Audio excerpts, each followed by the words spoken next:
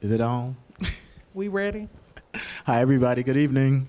Good evening. Can we please give a round of applause for Brittney again, whose book has been doing amazing things.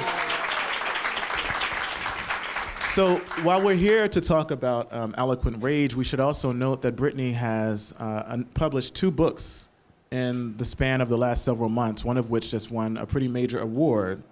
The other book, Beyond Respectability, is an academic book, but the fact that she's teaching full-time, mentoring students, out here in the world, giving of herself, traveling, writing an academic text, and this new text that we have before us here says so much about her commitment to the people. And we're just grateful that you're here. I know you've had a long week, but it's good to see you, and we're celebrating you tonight. Thank you, Dee. I appreciate you. And thank everybody for coming. I appreciate it. Part of what we thought we would do, we picked out 3 sort of passages from each other's works. From each other's books. Yay. Your book is coming. So Dee is being modest. So let me begin being his hype man. So No Ashes in the Fire comes out on May the 29th. So please get it. I'm gonna give y'all some sneak peeks in just a little bit. But this book is dope. It's a game changer, and Dee is such a gift. I'm really thankful to be writing and working and living in your time, and I feel like this book is gonna help a whole lot of people get free. There are a whole lot of folks who are waiting on this book. Yeah. Thank you. It's a beautiful thing to be doing this with friends and family. And it's a beautiful time to be doing this work together. So speaking of family, I want to start by reading a passage from Brittney's book. She doesn't know what passage I'm going to read. This one, though, centers her grandmother. Oh, God. Oh, my. And then I'll follow with a question after. This is from a chapter called Grown Women Theology. The summer before I left home for graduate school, I drove down the rural Louisiana countryside to sit on the porch with my grandma. As I took the first steps up to the house, face scowling at the hot Louisiana sun beating down on my brow, my gram squinted at me, called me by my nickname, and declared, "It's time for you to start having sex." I'm sure my eyes bugged out of my head as the horror dawned upon me that this wasn't going to be an old, regular visit to the country. There was an accusation in her words, as though this was something my 22-year-old self should have been doing doing forever. For the record, I had, in fact, had a bit of sex by age 22. For my 22nd birthday, my homegirl, horrified at my post-college near virginal status, took me to a sex shop and purchased a vibrator for me.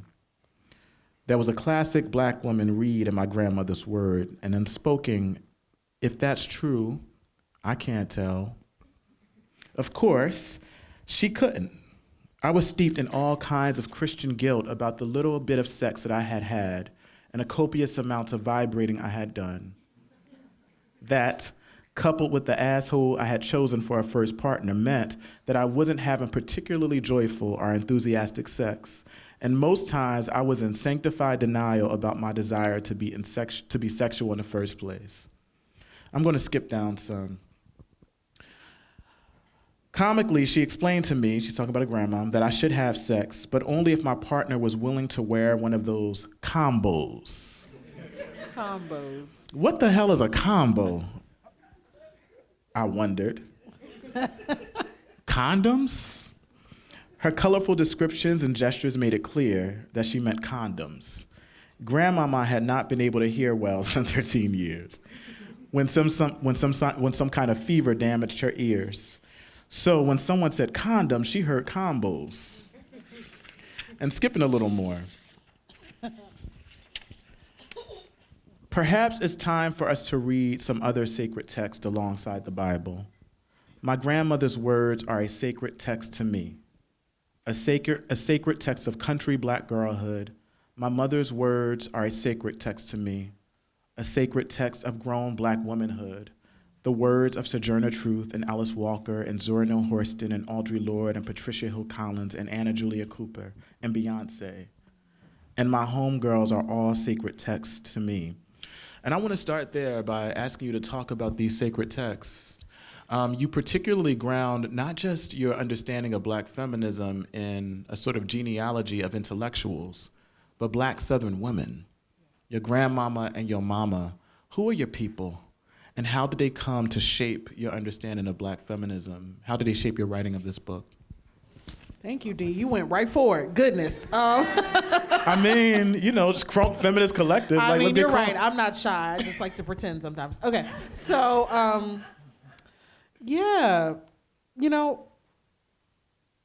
part of who my people are the women who raised me and the homegirls who hold me down. But they are also all of the ancestors and scholars who showed up when I got to the academy, particularly to a graduate program where I had all my Black nationalist sensibilities intact. I was all about combating white supremacy. And at the right moment, Black feminist professors showed up and said, but what about women, girl? What about challenging patriarchy? And that wasn't language that I had. And so all of those women, my grandmother, my mother, my friends, but also the Patricia Hill Collins of the world, the Audre Lordes, the Bell Hooks, all of those folks gave me the kinds of words, the kind of frameworks that would save my life. And I think part of the way that I came to understand them as sacred is, my grandmother blew my mind that day. She really did. It was, and she blew my mind because for many reasons. One, you never want to have that conversation with your grandmother, because in the course of it, she talked to me about her own sex life, and I had no desire to know anything about that. But I also realized that part of what she was doing, she had that conversation with me the summer before I started my PhD program. And she had always said to me, girl, reading all them books gonna run you crazy. Now, the other thing she would say was, girl, get your lesson, baby, get your lesson. But the balance to that was everything that you need for your life cannot be found in books. And that was a really hard truth, because for me, those books felt like freedom. School felt like freedom. I was trying to be the first in my family to graduate from college, trying to overcome generational poverty and all of that. And so I looked at school achievement and getting A's as a certain kind of freedom. And it took me a really long time, even after that moment. What I'd say in the rest of the chapter is that, my grandmother had told me that day, and I was just like thinking to myself, I'm trying to live holy. I'm a good Jesus, a Christian. I'm a good evangelical. And the devil will just use anybody to get you off track, even your grandma. But I was not trying to hear the lady. I was not trying to hear her at all. It took me a really long time to realize that what she was saying was, none of the stuff that you have struggled for, or that you want, matters if you don't have a full life, if you don't have joy, if you are not invested in coming home to something, if you're not invested in your own bodily pleasure. And so in that way, my grandmother freed me up. And the thing that really helped was I thought about her as a Christian church lady. And I was in the process, I was using theology. Theology was a shackle for me. And it was a shackle in part because you hear your whole life, particularly if you grew up in the Deep South in the church, baby, just put God first and you can do anything, right? And so I did that. I committed to it like I committed to getting A's. And part of what then happened is I was so bent on following what I felt were God's rules that even when those rules began to stifle my own happiness, I didn't have any tools to sort of reimagine. And so when I got more sense, largely after having spent a lot of time learning about Black feminism, it helped me to reimagine what I was allowing to shape and inform my theology. And it made me realize that my grandmother knew something, that she lived 80 good years, 80 hard years, 80 years where she had to work for everything she got, but she also found good and joy in her life. And I realized that that was a win, and that that's what I want to be able to say at the end of my life. And so all of a sudden I had to listen to her and realize that maybe she was trying to tell me that there are some things that you come to know about God, spirit, and what is sacred by the choice to live your life, not by trying to follow a lot of rules. And so she helped me with that. And I think Black feminism helps me with that, because what the rules tell us, right, is that the rules say, the black folks rules say, we're trying to fight for freedom so that black folks can be in heteronormative relationships, so that men can head families. That is what the freedom visions that we got handed to us often say. And black feminism comes along and disrupts it and says, well, what happens if women lead? What happens if queer folks lead? What happens if your goal in life isn't to get married, live in the suburbs, have, a 2-car garage and a dog and a couple kids? What happens if you have a different vision of what it means to be happy? And so my grandmother said, look, this middle class thing you're striving for, baby, that's not all there is to have. That's not the only version of a life to want. And it really resonated with the idea that, black feminism says the same thing. Baby, that's not the only thing to have. That's not the only kind of life to want. So, yeah. Come through. Y'all can snap and do all that stuff. I mean, her book is called Eloquent Rage. This is kind of like Black Church, so y'all can clap and all that type of shit too. Patriarchy. Oh my. Okay. This is from a chapter called The Smartest Man I Never Knew. Why y'all being scandalous? Amen corner over here. Lest I be mistaken though, black men didn't invent patriarchy. Patriarchy is America's daddy issue. America rules the world through war, the same way patriarchs rule families with an iron fist and a Janus-faced promise of either violence or benevolence, depending on which day you catch them and how well you bow down and do their bidding. Our government does not wage war abroad. It wages war in black communities at home, controlling black folks through surveillance and violence, demanding their submission and compliance. When submission and compliance is not freely offered, the state murders black men, women, and children, citing the rule of law. The war on drugs is not the most obvious example of a war that the US government declared and waged on black communities. That particular war and the ways it targeted black men and destroyed black families often rendered black women the spoils of war.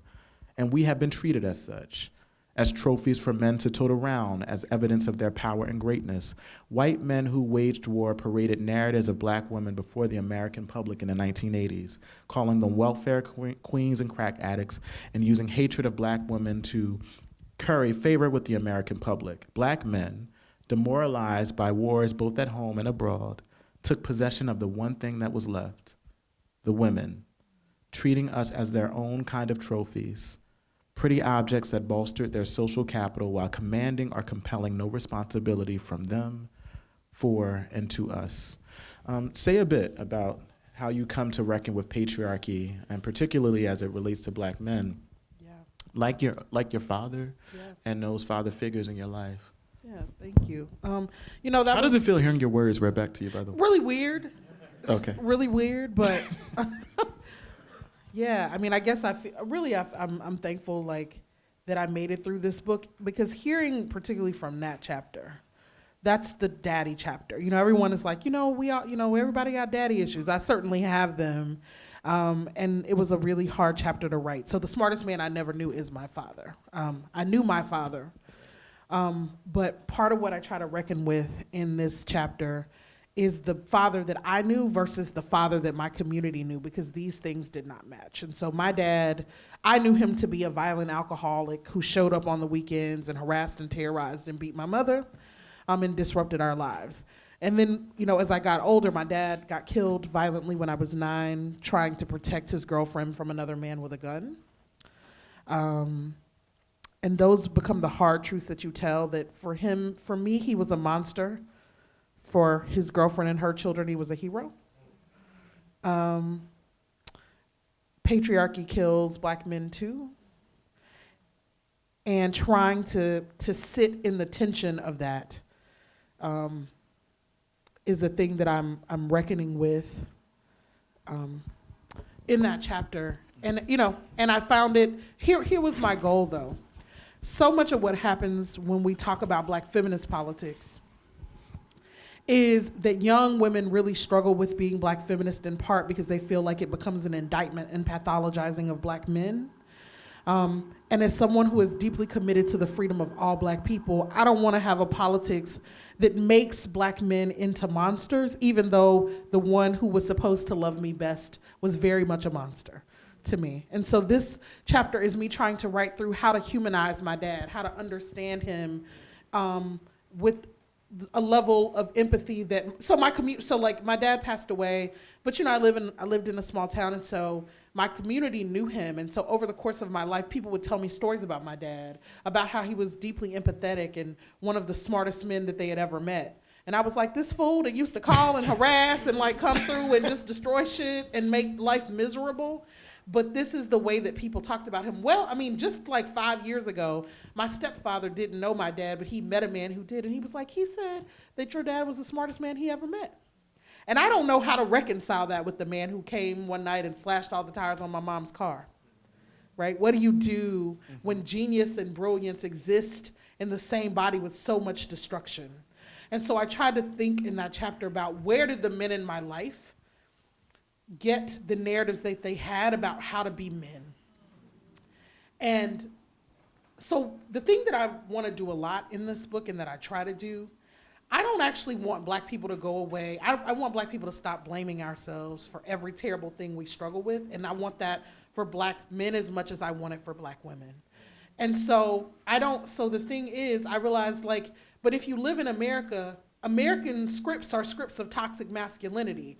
All of our military might is the most masculinist narrative we have. It's just going around swinging our dicks at the world, as like a gun, right? And then I thought about the fact that most of the men in my life, my grandfather who I didn't know, my dad, my uncles, other men, they went into the military because it was the one pathway that they had into the middle class. And so you can't go into the military, fight wars, or be war adjacent, and then come home and all of a sudden have a different script around masculinity. And so I realized that was the enduring script, was that these men, that the choices they made to try to actually be men with some level of respectability were some of the same places that they learned terrible forms of toxicity that made them a danger and a threat to Black women. And so I wanted to hold the complexity of that, try to hold that I had these tender moments with my dad, but also hold that so much of the trauma that I have around men now, so much of the trauma that I have in general, he is the cause of it. And so how do you hold people accountable for the harm that they do? And at the same time say, but he was just a regular person. And my dad died when he was 33. He didn't have the time to grow. And when I got to be 33, I was like, shit, that was young. How young that was, right? And so, yeah, I try to hold it because I think that that's the problem with so much of our revolution. We talk a lot in this moment about harm and trauma, and we need to talk about it more because Black folks haven't had a lot of space to hold their trauma forthrightly. But then when we talk about it, we don't always have scripts for how do you not throw people away? And what I hope is that if my dad were living, what I would have figured out is how not to throw him away. Because when I was a kid, I did, and I talk about, at 8, I was like, dude, I don't love you. You're terrible. I'm clear about who you are and what you are to me. And I said those things to him, right? And I hope that if he were here, that I would be able to hold him a bit differently.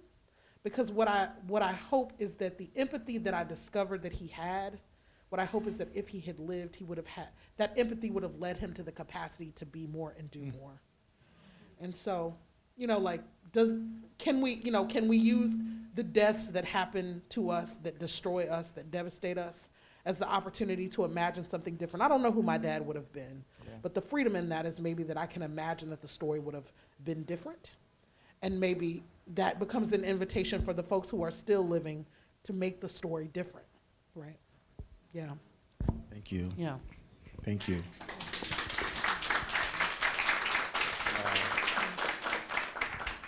That was a hard question, dude. How you? Give me an easy question. Okay. How you feeling? Checking in with you. How you doing? Okay. Thank you. This one is just a short. That you. One of the things that I loved about this book, beyond it's just honest, it's sermonic, but you offer something that I haven't seen much of, and that is a grounding principle for how you understand Black feminism. And that is this. When I heard Beyonce articulate friendships with Black women as the core of what feminism was for her. It felt to me like she got the core essence of what this is all about. I love being a woman, and being a friend to other women should be feminism's tagline. Friendship, not only as a way of life, as some of y'all would come, but this idea that friendship and connection to your sister is at the heart of of how you understand Black feminism was just so critical, at least for me. Say a bit about that. Yeah, thanks for that question. So look, I'm a Black feminist academic, and I think we have all of this language in this moment. Intersectionality, ways to think about structural oppression, sort of ever proliferating categories where we're trying to see each other and hold each other in our fullness. I feel like we have more sophisticated language, but we're not treating each other any better necessarily. And a lot of my connection to D is that we have done a good amount of movement work together.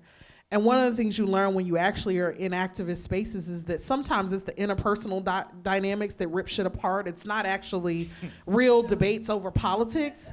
It's all the other stuff that people have, that you just act like you ain't got no sense and you're unloving, and you act like you don't belong to anybody and stuff, and and then you show me you treat people crazy. And so for me, I was like, well, what is this actually all about? And so look, I know that feminists have lots of feelings about Beyonce. I've gotten lots of questions about this again. And look, it's not that I don't have an academic critique of Beyonce. I mean, I'm an academic. I apparently have to have a critique. So I have one. But what I see is when I look at her, so my Black feminist grounding principle one is that I start from the proposition that Black women are human beings, not icons, not brands, they may be other things, but they're human. And so I just kept asking myself, well, why would Beyonce choose feminism? Because people were like, oh, it's a gimmick. And I was like, because is feminism out here getting people cool points now? Like where? When did it happen? And let me find out, because I ought to be the coolest chick in the game if feminism is getting people cool points. Like why would she take this on? I mean, this is weird. She didn't need to. Like we were perfectly fine with our girl power anthems from Beyonce, and we didn't ever need her to take this on. So I always felt that there was some other thing that was happening there. And I love that even as she was dipping her toe into feminism, the very first thing she said when asked, this was the first interview, this wasn't 2013, it was 2010, she said, I love being a woman and being a friend to other women. So I'm a feminist in a way, because if that's what feminism means, then yes, I'm that. And I thought, right, that's the core of this. What does the quality of your relationships with women look like in your life? And that's true for any person, not just women. That is also my gauge for men. Yeah. That is my gauge for everybody. What is your relationship to women? And we can expand to say your relationship to women and femmes. What does your relationship to women and femmes look like in your life, right? Because that'll tell me something about your capacity, your commitment. So look, I don't ever need you to say a feminist thing. I don't ever need you to quote me any Bell Hooks, any Patricia Collins. But if you tell me that you got real, true homegirls who hold you down, who you can call, who you can check in with, then typically you're a person I can trust. And so the thing that I've been trying to think about is that, and also thinking about it because I became a feminist in part because I was running around talking about how I wasn't a feminist, I was a womanist, feminist was white women shit, all the shit that we say. And I just had a homegirl who was like, girl, you're talking real crazy. Here's this book. Read it. That's how I became a feminist. I haven't always been this girl. That's the thing I'm trying to tell y'all. And so I realized over the course of my life that I had homegirls intervene with me and be like, B, Like, in the way that Black girls do, right? Eloquent Rage is a tribute to, the title is a tribute to a student who snatched my coattails and said, I see your rage and I appreciate it, when I was denying that I was angry in the first place. And so the book, there are all these moments when Black women have confrontations with me about the way that I'm living my life raggedy, but I think I'm right. And so much of how we are moving in politics right now is that everybody thinks they're right, and half the time people are raggedy. Yeah. And what we haven't figured out is, what is it? Do you have people in your life who are unimpressed with you enough that they'll tell you the truth? Come on. Right? And so that, for me, that's what it was, that I wanted to get back to a core thing. We can do all of this other stuff, and I'm happy to do that and train students to do it. But if you ask me what is the quality, like what I love to do with my spare time, one of the things I'm most proud of is that I have real, deep, true, quality friendships with Black girls that will throw down in the streets for me, and I will cut you and slice you and dice you and ruin your life if you mess with my friends. I mean that. I'm not being rhetorical. Because, look, at 37, with all these degrees and shit, and in the structural conditions we live in, it doesn't always work out real traditionally for Black girls like me. Sometimes it does, but sometimes it doesn't. The partner just don't always show up. The sort of suburban fantasy doesn't always show up. But on my best days, my girls cheer for me, buy me flowers. On the first day of my book tour, I came back to the hotel room. My girls had conspired to get some chocolate-covered strawberries in my room, waiting on me. You know what I mean?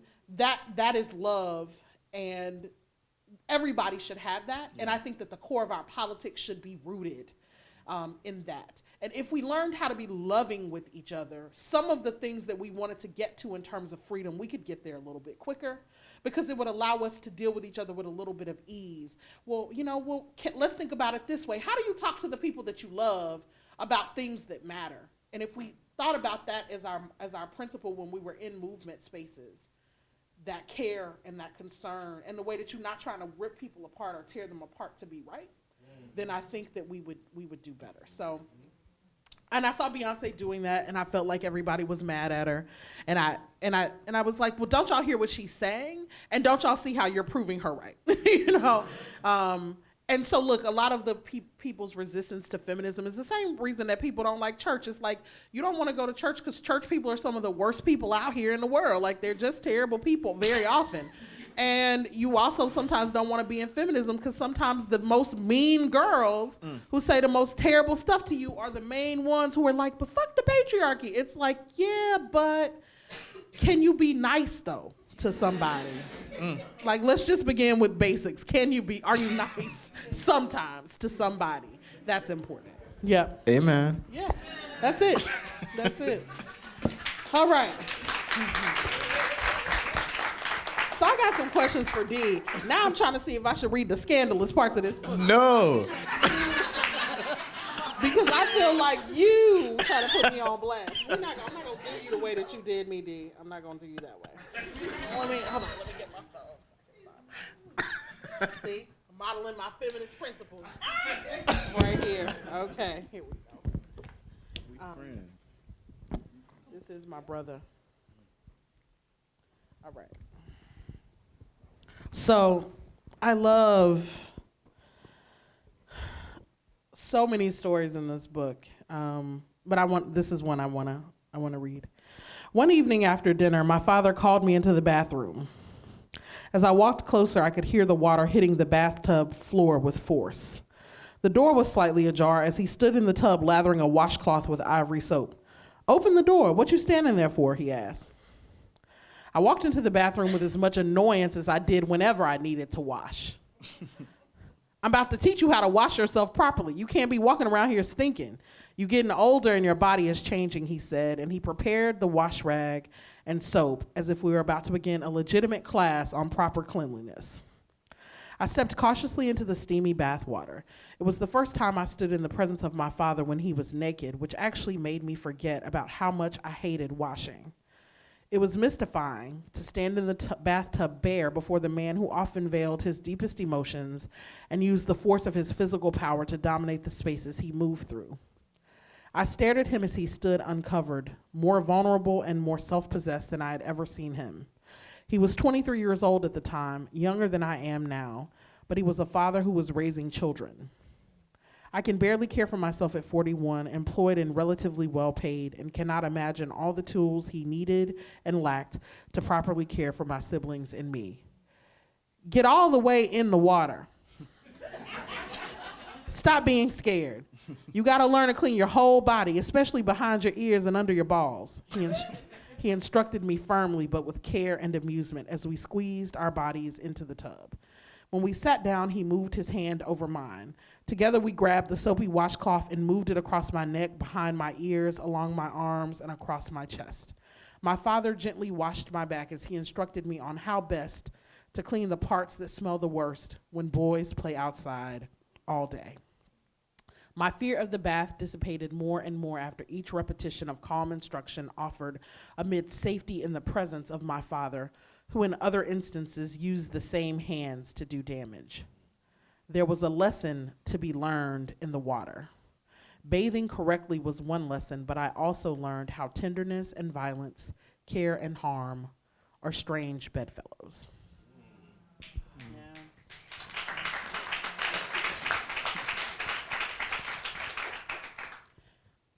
So dealing with your dad, who was a complicated man, with that level of care and tenderness, say something to us about the necessity of dealing in that manner, holding both the complexity but also the easier, softer parts. Yep. It's so we were talking in the back and we were saying how our experiences are so similar. My father passed while I was writing the book. And he died early. He was 55. He had me at 15. So for a big part of my life, I had, like you, a very complicated and myopic view of who he was. Had I wrote this book and finished it before he died, it would have been a different book.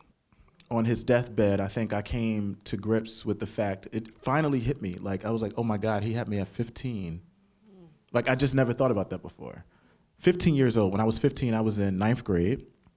And it just dawned upon me, how the hell was he supposed to know how to raise kids and not be a man, but be a human being in the world when he was himself a kid? So this story was a way for me to reckon with the complexity of his humanity. Like you, I remember going to my mom and I said, so what do you think? Aren't you mad at him? Right. Like, don't you hate this man? And she said, he saved my life. Now it's interesting because he spent most of what I got to see from my vantage point was a man who was ruining her life. Right. He was really physically violent and nearly tried to kill her. But she never referenced that first. She referenced after he passed the time that he literally saved someone from trying to rape her in her backyard. And that struck me that if my mom, who was the recipient of the violence, could somehow see his humanity, then how the hell could I not? Yeah. But more importantly, I started thinking about my own complexity. Yeah. You know, I remember he was literally on his hospital bed, and my sisters and I surrounded him, and I said to him, and at the end of that chapter, I include these words, I felt like he was hanging on, literally in that sort of hospital bed, carrying the weight of heaviness that I think so many black men might carry, from the structural issues that we have to face, the sort of heaviness that comes with the guilt, sometimes when we're absent in the lives of the people that we love and absent for ourselves. And I said to him, I know you're heavy. And I want you to let it go. Let it all go and fly.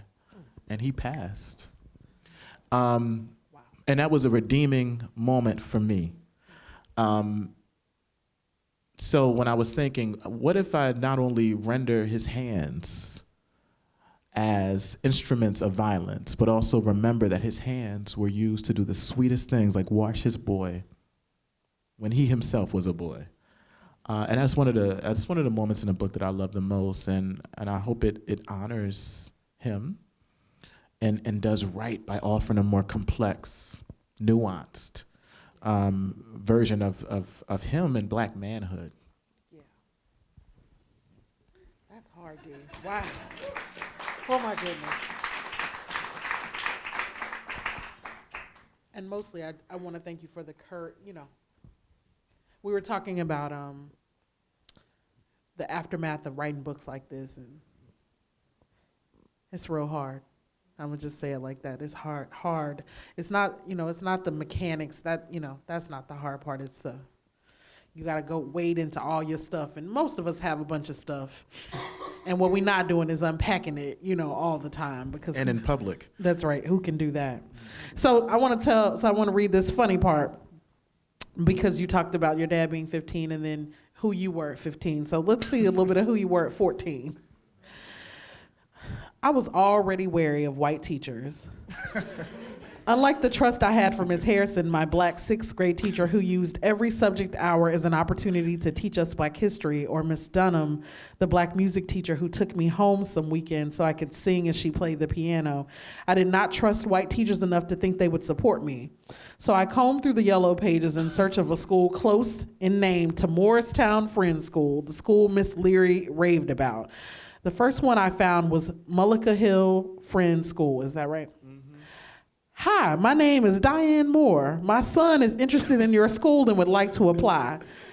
My voice at 14 was still shrill. Over the phone, I played the role of a concerned and loving 30-year-old mother. Fueled by determination and my dreams, I contrived a story, and to my surprise, it worked. A few days later, an application package appeared in our mailbox. Pictures of a field that was as lush as the grass on episodes of Little House on the Prairie TV show, positioned opposite a few old brick buildings, caught my attention. The campus looked more modest than I had imagined, but I knew white families with money sent their kids to the school whether they were capable of achievement or not. The anticipation I felt as I read over the application was matched only by the joy I knew I would experience when I got to tell Miss Leary I had been accepted to a friend's school without her help. I completed the application by myself, including the requisite parent's essay. Miss Leary insisted I couldn't write, but I guess she was wrong. I can't recall what I wrote exactly, but I was invited to interview. I just needed to figure out a way to get there. I called the New Jersey Transit Customer Service Hotline, gave a representative the address to the school, and asked for the best route. The trip would be an hour and a half. I traveled alone. Walking from the bus stop to the campus, I noticed that the houses seemed to expand the closer I got, and the kids, mostly white and seemingly happy, were not Miss Leary or Miss Campo white. They seemed like the type of white people who stayed far away from the streets I traveled to get there. So I'm gonna skip a little bit.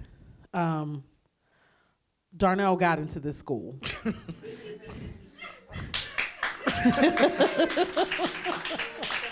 Darnell got into the school. I did. And ended up attending, you say. And so talk to us a little bit about your first striking out for freedom. Oh, what does it look like for black boys to strike out for freedom?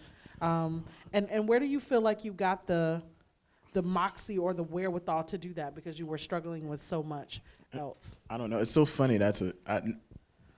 Hearing that actually read out loud is actually kind of funny. But that's the same year that I won a citywide poetry contest in Camden. And Sonia Sanchez was actually the person that had offered us the award. So I don't remember what I wrote then either, but I know it was some black shit. It was like the blackest poem a 14-year-old boy could write. And Sonia Sanchez cussed. That was like the first time I heard an adult like cuss, like in a school. Yeah. And I was like, oh yeah, this is it right here. But I applied to that school after that event.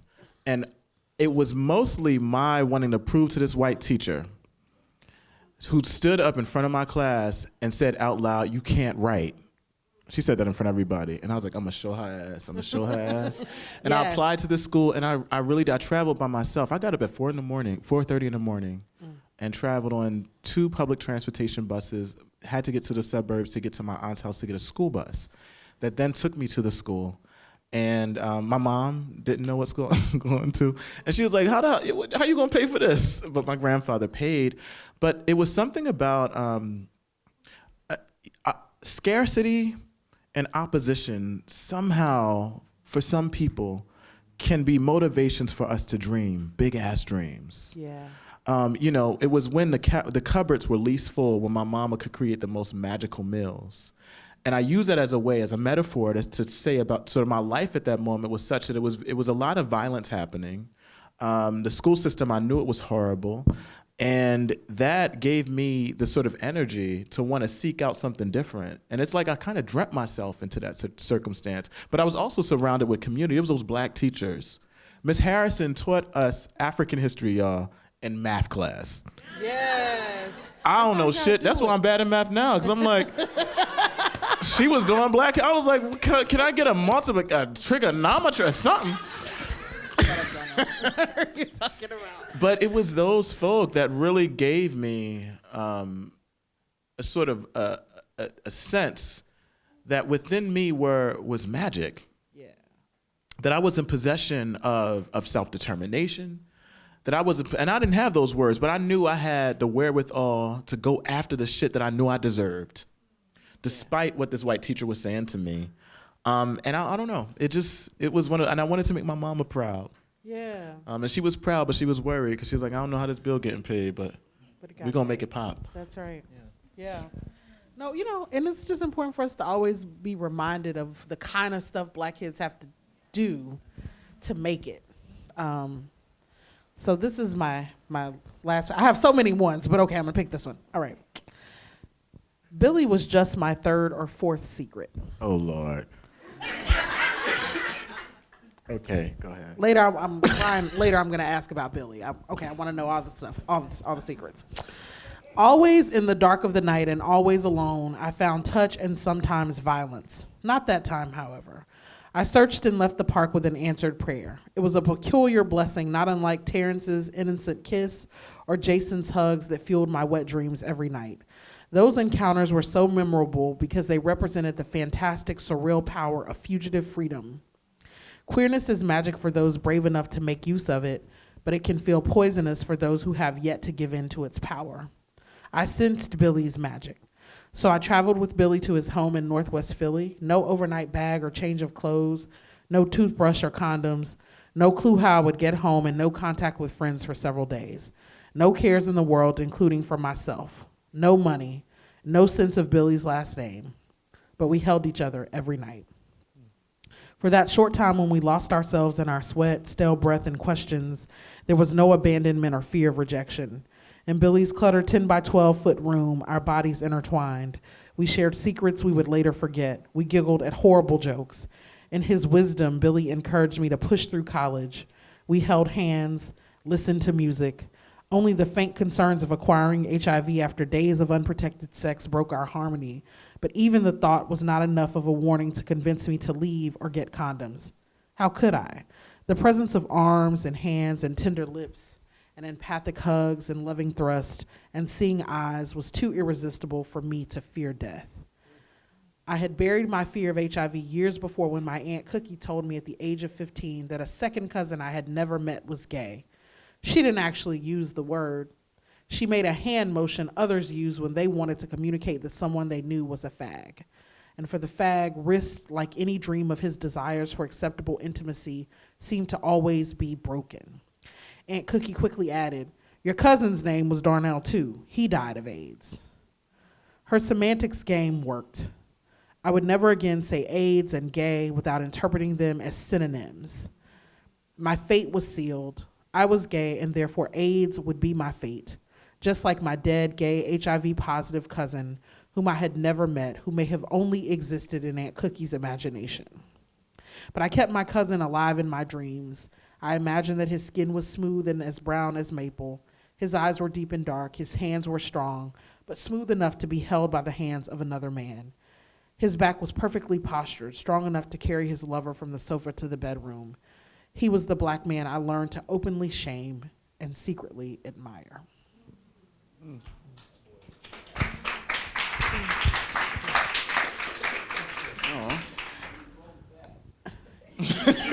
Yes, he did. This is, I mean, the prose itself is absolutely gorgeous in this book. You know, Dee, I'm struck by the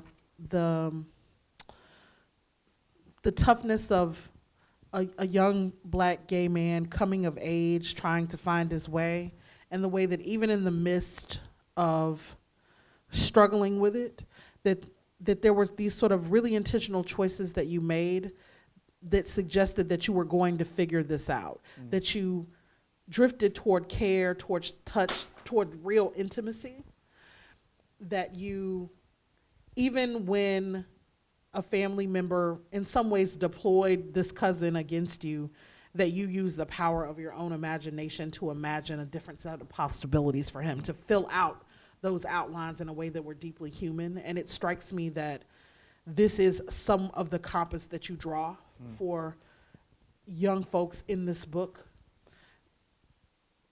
You point them to the right things to look for, even if they don't have it all figured out.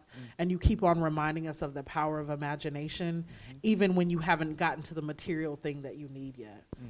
Is that intentional? Say something about that? That was whatever she just said. That's what I was trying to do, all that she just said. Okay. Thank you, Brittney. Let me write that shit down. I'm gonna use it at the next book.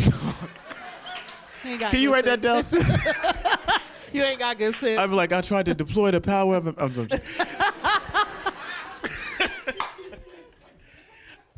But, you know, just to reference that moment, I was writing that because in so many ways I was trying to use that narrative to challenge the public health industry, to think about its the way it relates to we don't even call black boys and men anymore. It's called MSMs, you know, we're now abbreviation and shit, men who have sex with men. And so often what's responded to are consequences of actions, right? We're responded to as subjects. And in the line that says, like, we're subjects who report, not humans who feel. Yeah. No one is ever asking the questions that are lurking behind the actions. What is it that would move a 17-year-old or a 19-year-old to go to a park at 12 o'clock at night, where violence is there as a potential, to seek arms to be held by? What was it that moved me to walk to 13th Street, to stand on a corner where folk were selling that sex workers were, simply because I really wanted somebody to see me, to look me in the eyes and to say, I see you, you exist. It wasn't that, I mean, I like sex, but it wasn't just my like for sex. It was my need for connection in a space that was denying me that possibility. So I often wonder, would it have been changed if a doctor ever said to me, not, have you had sex with men if you were born after 1975, whatever the date is, but what is it that you desire? What is it that you need? Do you feel loved? Do you experience lovelessness? Why is it that you decide to not use a condom? Is it because you possibly feel like this is a thing that you are determined to get anyway because that's what you've been taught? For me, I would go, I'm telling you, up into this, I grew up in the sort of epoch of AIDS and HIV. It's still to this point, I have survivor's guilt. I will get a test and still sit there and go, what, I don't have it? Because I've been programmed to believe that that was the only alternative for me. So part of what I want to ask then is, if that is what you understand to be your lot, that is the sort of prophetic end, the thing that you're supposed to have, it makes sense why you would be in a park not using protection. Sure. And what I wanted to offer young people, particularly the 16-year-old me that I imagine writing this book to, is that sort of empathic view, a sort of empathic understanding of what love and lovelessness, you know, and even an understanding of what lovelessness looks like, what it means to like grow up in a world where no one ever asks you who it is you like. Think about that, the mundane nature of asking someone who they have a crush on. The silence is around that. Think about what it means to grow up in a K-12 school, never ever opening a book and seeing the possibility of same-sex relationships, ever. And that chapter is an attempt at me trying to unpack that. I want a 16-year-old who need this to pick that up and say, somebody understands. Yeah. And maybe they won't go to 13th Street at 3 o'clock in the morning in search of someone, a stranger, who can let them in a car just so they can say, I see you. Yeah. We need this book. Thank you, Dee. So we want to talk to y'all. What y'all want to say? Raise your hand and I'll bring a microphone to you. Hello, thank you. This question is for both of you. it's for both of you as Black authors, but Brittney, based on how I heard your response about your relationship with your father, I guess you might want to think about answering it first because you inspired it. Do you indict white supremacy and its beneficiaries with the same vehemence when almost always this chemical weapon is responsible for creating the monstrosities we face in our homes and our communities? Yes. So I have no fucks left for white supremacy. I don't play nice with white supremacy. But here's the thing. I want us to be able to have a conversation about what do the structures look like when we take them home, when we have to build actual relationships and community with each other. And the thing that I'm very much interested in is what does white supremacy rob from us? So white supremacy and patriarchy. I'm actually not my one bit of academic analysis here is that I'm actually really bothered by the way that we're trying to recast all of the gender stuff in Black communities as a function of white supremacy. Patriarchy is a real issue. Patriarchy is a system that's older than white supremacy. It's a system that would persist even if white supremacy didn't exist. And the thing that we keep on doing is saying that we got all of this toxicity only from white supremacy. So look, throughout the book, I rail against all of the ways that I think that white fear, that white structures of power have robbed Black folks of possibility, of power, and of the ability to flourish. But this is a decidedly Black feminist text, and so that means I have to reckon. So it means that I have to reckon with the way that I think white girls are racist and they disrupt my own ease around feminism, and they disrupt the ease that so many women of color have around feminism. But there's this narrative in this moment, particularly that I see with young women, where it's like, we're so mad about racism that, you know, it becomes a railing against Becky at all times for the inability to get her feminist politics right because of white supremacy. And the thing that I'm saying is, yeah, that's part of the story, but when I think about the folks who have done harm, and white women have certainly done harm to me in my life, real actual harm, but when I think about the folks who devastated my life, and when I think about the traumas that keep me up at night and that I have to go to therapy for, it's shit Black men did. And so how can I hold the truth of that and still be loving and say, I don't think Black men are pathological, but I think that white supremacy has real effects. I think patriarchy, and look, and I think the aspiration that Black men have to want patriarchy is a problem.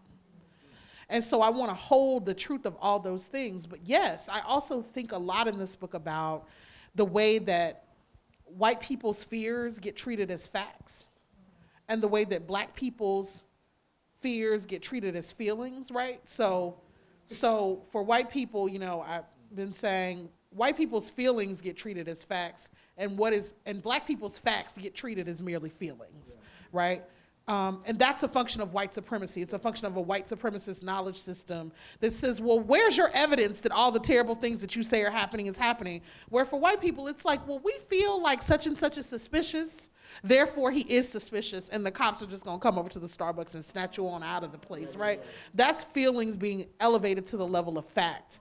And then when Black folks try to say, look, this continues to happen, well, how do you know? Prove it. Or is this really happening everywhere? Is it just an isolated incident? That's the facts that we know for sure being diminished to the level of a feeling, delusion, and things we can't trust. And so I want to say that, but I didn't want to write a book that was railing against white supremacy. I wanted to write a book that said, okay, Black girls, all this shit that people say is wrong with you, because of how you're coping with and responding to white supremacy, you have the right to own it. You have the right to own your anger, your rage, your hurt, your pain, but also you have the right to have joy. And so, yes, I think that white supremacy harmed the men in my life. I think it robbed them of good models for ways to flourish and be men. But I also fundamentally believe in the power of Black people to get to the freedom that we seek. And I think we can't do that unless we can have a different conversation about our hurts and our pains. So that's the thing I'm trying to do. Yeah. Yeah. Do you want to address the question, or should I? Okay. That was perfect. Super. Right there. It's pretty incredible. Hi, it's funny. Sometimes I've learned that the people we organize with say they want like the equity and the justice, but are really only after their own form of supremacy. And was something that was on my mind after what you said.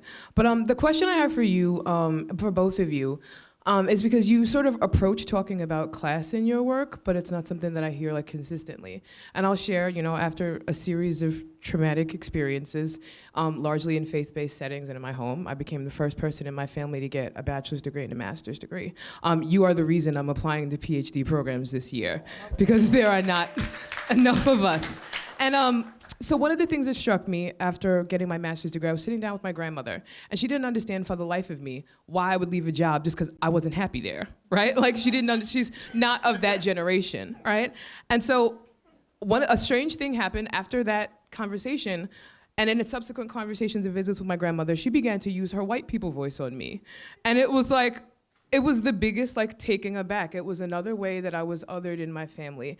And it's also another thing that I can't go back to, And so what I wanted to ask you guys too about, do you have some of that experience? Because there's a divide I see among Black people, even in our own families, a class divide. I stopped being a member of the family in another way when I pursued my education. And how do you deal with that and know that you work in the service of your people who may not necessarily accept you because of your credentials?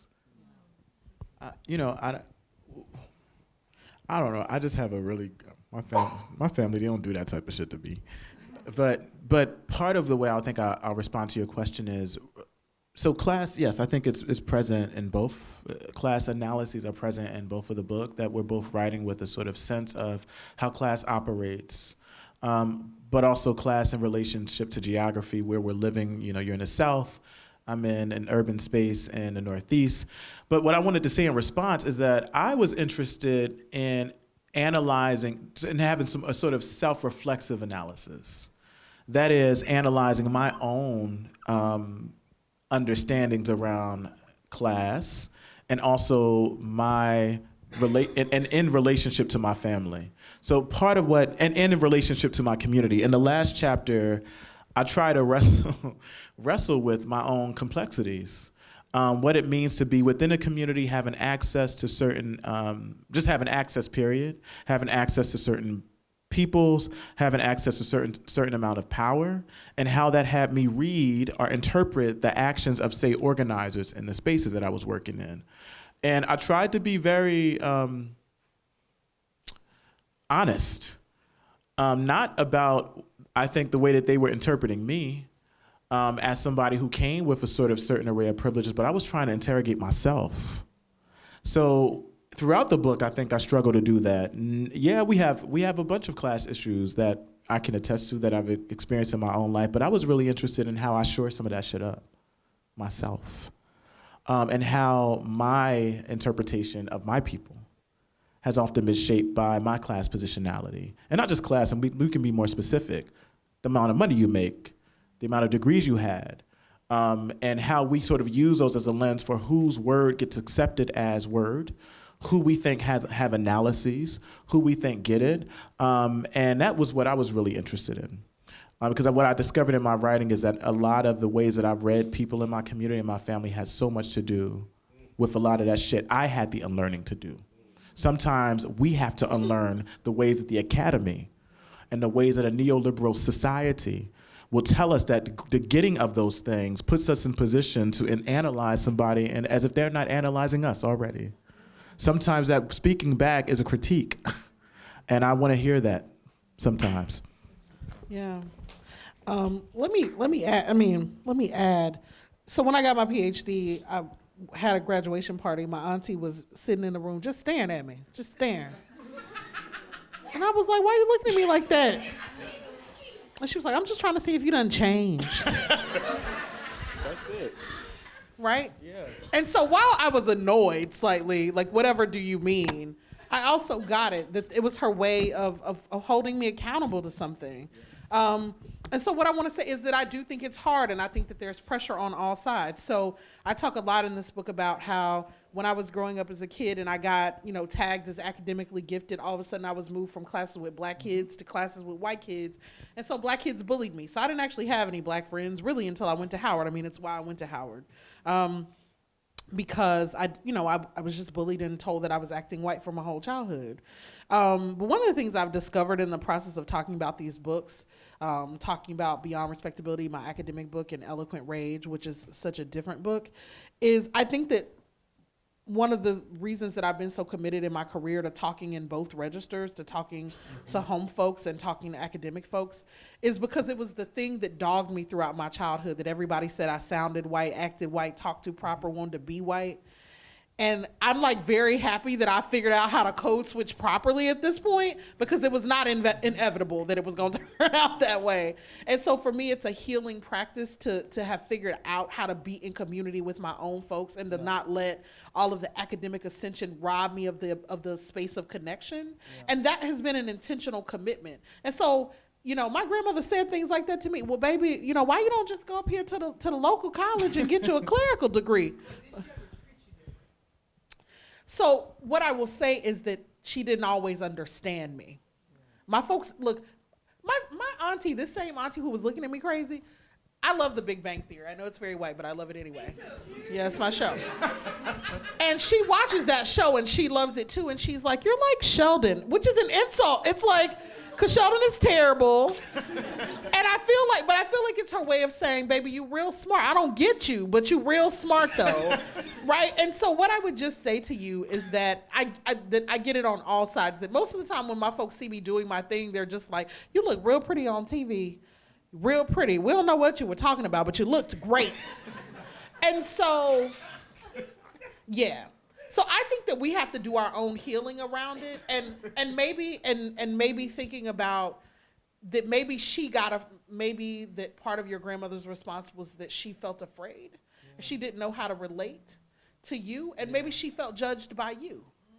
Maybe. Even if she wasn't, even if that's not the mode in which you were moving, you got to remember that our folks have so much trauma, and what they want, the thing that I've learned and the thing that I say, I don't actually go home and do a lot of the let me tell you about all the things I know, and I'm not saying that you were doing that at all, but the thing, because the thing that I've come to learn and the thing that I always want my folks to know is that no matter how many books I read or how many books that I ever write, there are things that my mom has told me about how to deal with people.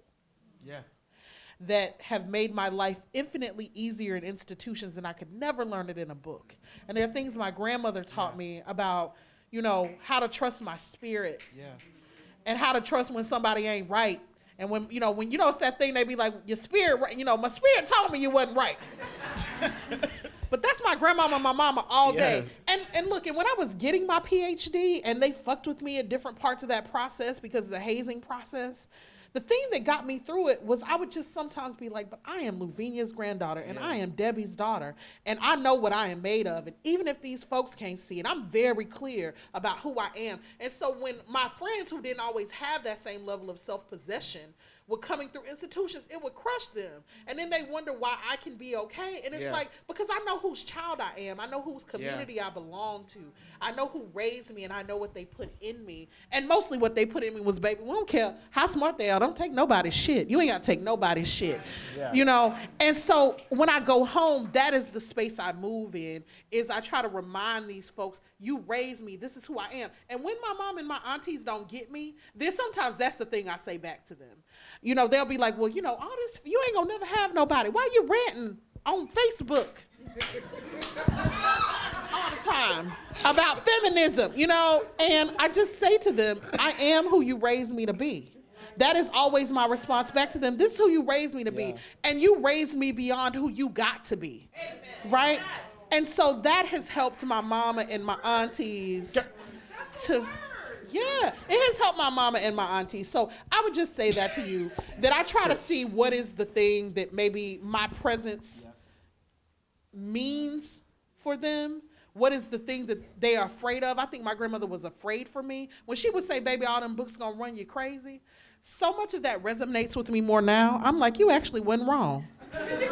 You weren't wrong. All this shit in these books might actually run me crazy. And trying to talk to people about it, if I'm not careful, if I don't have some balance, you might actually have, so that's it. Trying to see what is the thing that they are reacting to, and trying to think about how can we just model yes, this process has changed me, but I'm still who you raised me to be.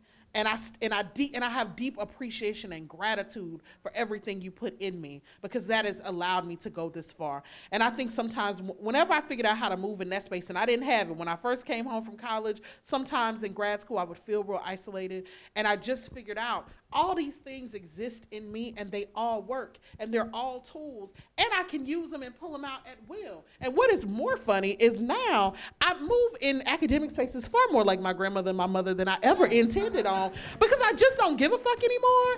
And I'm like, I thought that y'all were so much smarter than me, and now I see that that's a lie. And so now this performance that you've demanded of me around academic whatever, it's like I can talk to you about your Foucault and your Agamben and your whatever, and we could talk about it. Or I could talk to you about this sort of Black women's epistemology that saves my life every day. Yeah. And I could move in it in an embodied way, and that's what I'm gonna do. But if you know, and when people really try me, I'll just be like, well, like today, I mean, a white man tried it and I was like, Google me. My books. I'm not doing this with you. And so that's all I'm saying. Just move in the space of all the things and don't apologize for it. Good work. That's what the Google machine is for, D. That's what it's for. We have time for one more question. I'll come up front here. Yes. Church. We take offerings too, by the way. I'm joking. Well, Darnell's a preacher, so he probably got a... So I'm reading your book, and I actually really appreciated the conversation or the back and forth, because I think it helped to, center like the individual, right? I think that's sort of what's being fought through here, right? And I'm part of a movement for revolution, and I know you might have some disagreements with that, from what I understood on chapter 3, but. Leaving that aside, here's, because, I'm part, organizing to overthrow the system, to drive out the Trump-Pence regime, and, and I am an advocate for revolution and communism, all that stuff. But my question for you, for either of you or both of you, is, a lot of what you reflected on, right, sort of the larger society and how that's impacted oneself and identity and the transformation of that, how do you see, like, the times are pretty intense right now, right? How do you see that either on yourself or even amongst the youth or amongst different generations or amongst, like, people of all different ages and strata, like, how do you see that transforming? Do you see that transforming? Do you see them having an impact? And then I do think, I think the question of morality, right, like the ethos and stuff like that, right? People, both ourselves modeling like a different way the world could be, but then also, the space that opens up when there is resistance, when there is people, fighting for freedom and things like that, right? It opens up some space for all sorts of people to change, like, really rapidly. So I'm just wondering if you have any thoughts or comments off this. I was just curious. Sure. I mean, look, I think we need a revolution. I hope you didn't walk away thinking I'm not committed to the revolution, but what I'm committed to is us being very clear that we don't get to mow down Black communities with our notion of revolution, which are because those notions are sometimes inconvenient. And so what I talk about in this book is that whenever anyone is like, we just need to burn down everything, sometimes it strikes me as the thinking of people who haven't worked their whole lives to build something.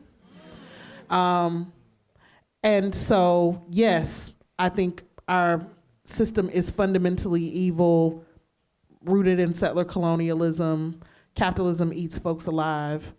We need a different imagining of what we can be and who we can be. And that is what my actual politics are. But I'm not willing to leave grandmama behind and babies behind and let women get slaughtered. And very often when we start talking about revolution, we forget that when we haven't done some of the internal work, when we haven't thought through trauma, when we haven't even figured out the creating of, like, so some of the folks I write about academically, I write about these bougie Black women from the late 19th and early 20th century. They were bougie and elitist and well-educated, but they were elitist because, they were the few Black folks who had been educated at that time. But they built a whole social service infrastructure to take care of Black folks in the midst of massive government privation. And so I see them as revolutionaries because they were like, we'll build it ourselves. What do our people need? They need schools, they need hospitals, they need libraries, they need convalescent. What do they need? We will build it. And today we talk a lot about revolution, but and too often our concepts of revolution are rooted in tearing down and not in building. And so even in my teaching, one of the ways that shows up for me at an individual level is when I'm running graduate seminars, for instance, I don't actually teach my students that the only thing we're in a graduate seminar to do is to deconstruct books and figure out what's wrong and what didn't they accomplish. Because now that I've written books, that shit is hard as fuck. But also, because then when my students graduate and they don't know how to construct their own work, because all they can see is the flaws and the imperfections and the things that don't work. And you can't teach people how to build if all you give them is a sledgehammer. You can't build nothing with just a sledgehammer. You can tear down a bunch of shit. And so that's the thing that I'm trying to get at is building from the rubble the only way to build a new world? Because I have experienced devastation in my life. My mom, in the book, I say, the thing that my mom says about my dad, she said, he and I could work the whole week trying to build something. And in a weekend, he could come home and tear it all down. And if my revolution uses the language of tearing down and burning down, and I'm talking to people who have only experienced tearing down and burning down and devastation, why would they see anything that I'm talking about as any kind of freedom project that they want to get on board with? So I'm asking us not to not have the revolution. Fuck it, let's have the revolution, because the way that Black people are living now is no way to live. But do we have to do it in a way that is all about destruction and tearing down? Or can we have some more interesting, creative concepts, some constructionist concepts about the world we want to build? Because I guarantee you that if you start talking to Black people like that, you won't beat us to the revolution. We'll beat everybody else. We will be first in line for that revolution, for sure. I mean, where's my offering plate? But this is so right. I think, I want to call out Ruthie Wilson Gilmore's name, who talks about abolition as not about the absence of the thing that we know is bad, that we want to get rid of, but as an imagining of what should go in the place of the thing that we need to get rid of. And so often I walk in rooms with organizers and I say, what does a Black, loving, liberatory world looks like to you? And it's mostly silence. Only because we've learned to critique the things that we know are wrong, but we haven't given ourselves time to, in collectivity, dream the things that needs to go in its place. So when we're organizing, I'll say to folk who are abolitionists, who believe police should be abolished, and I do, if in the absence of the 911 call, for a person like me who grew up and watched a man put my mother's head on a stove door, kick her in her face with the boot, and say, I'm going to kill you. As organizers, if we are not prepared to intervene such that somebody like my mama can live in the absence of the police, which we know we need to get rid of, we ain't ready for the revolution. If in our communities, we have yet to put things in place so that folk are not sexually assaulted, so that grandmamas walking down the street are not getting their purses robbed from them, so that folk don't have what they need to feel safe, to feel cared for, to feel seen, then fuck, we are not ready for the revolution. So what I mean is that as we prepare to do the work of deconstruction, we're really good at that. We're really good at analyzing those things. We have not done the work of building up and dreaming together what needs to go in the place of the shit that does not need to be here. Secondly, I'll say this, that the radical work is not necessarily analyzing, I say this everywhere I go, whose feet are on our necks. The work is analyzing whose necks our feet are on, and where we are in the work is the first part. So I always say you can't build a world bringing the same negative energy and the tools from the old world into the new, and some of us carry that shit in it with us. How many of our freedom dreams were somebody's nightmare? So I'm interested in what Robin Kelly calls a radical, like this freedom dream that takes all of this into consideration. And I really am.